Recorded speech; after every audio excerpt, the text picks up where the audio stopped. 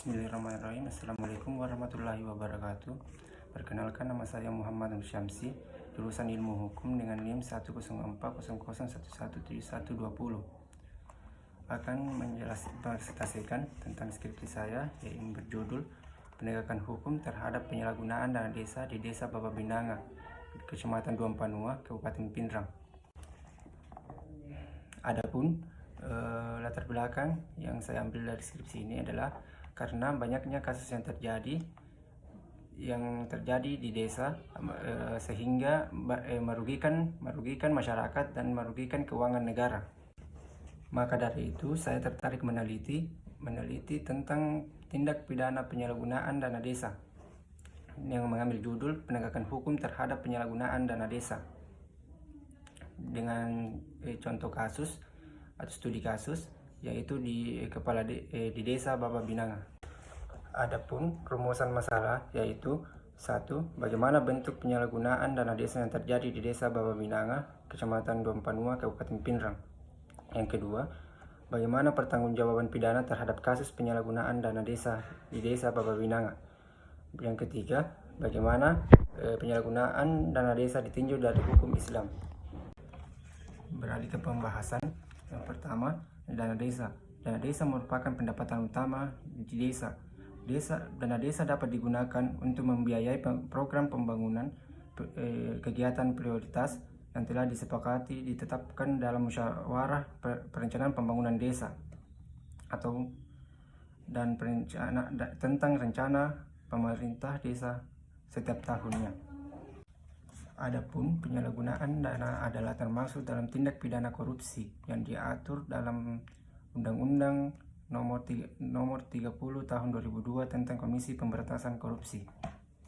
Beralih ke profil desa. Desa Bababinanga terdapat di Kabupaten Pindrang di Kecamatan Duampanua yang penghasilan penduduknya sebagian besar petani dan pertambangan. Adapun yang menjadi subjek pembahasan yang menjadi contoh kasus yaitu kepala desa. Kepala desa merupakan pimpinan dari pemerintah. Masa jabatan kepala desa adalah 6 tahun dan dapat diperpanjang lagi untuk 2 kali masa jabatan berikutnya.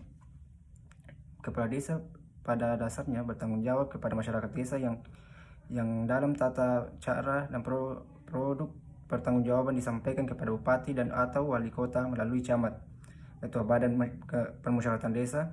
Kepala desa wajib memberikan keterangan tentang laporan pertanggungjawaban, namun harus tetap memberi peluang kepada masyarakat melalui badan permusyawaratan desa.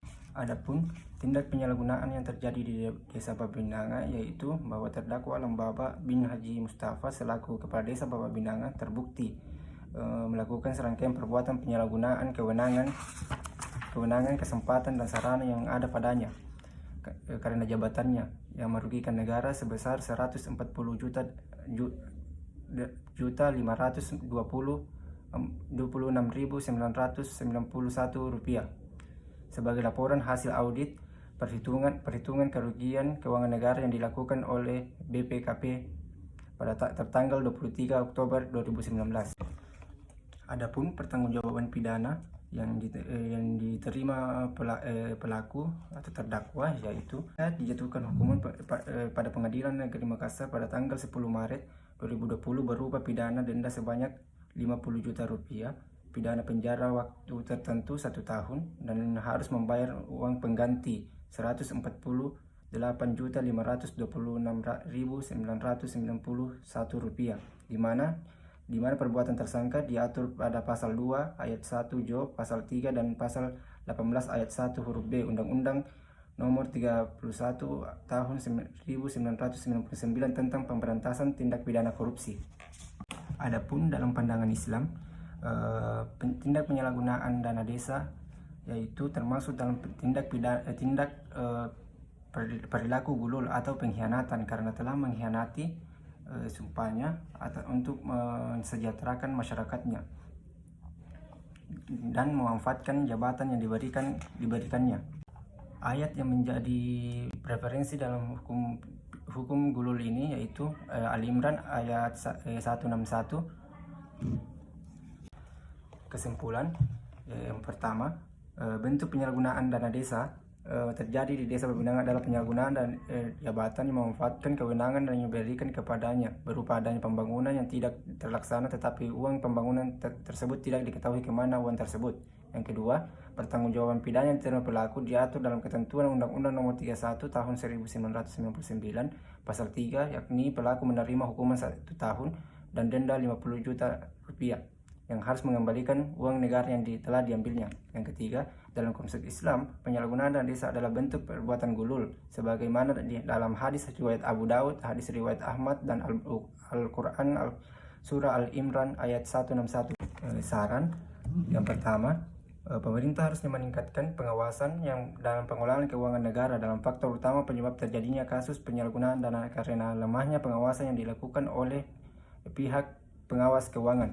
Yang kedua, pelaku penyalahgunaan dana desa seperti yang terjadi di desa Babinangan harusnya menerima hukuman yang lebih berat untuk memberikan efek jera sehingga tidak terjadi tindak pidana di kemudian hari.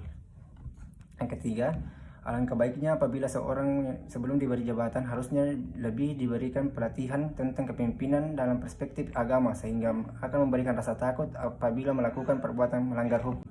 Saya rasa sekian. Wabillahi taufiq wal hidayah. Assalamualaikum warahmatullahi wabarakatuh.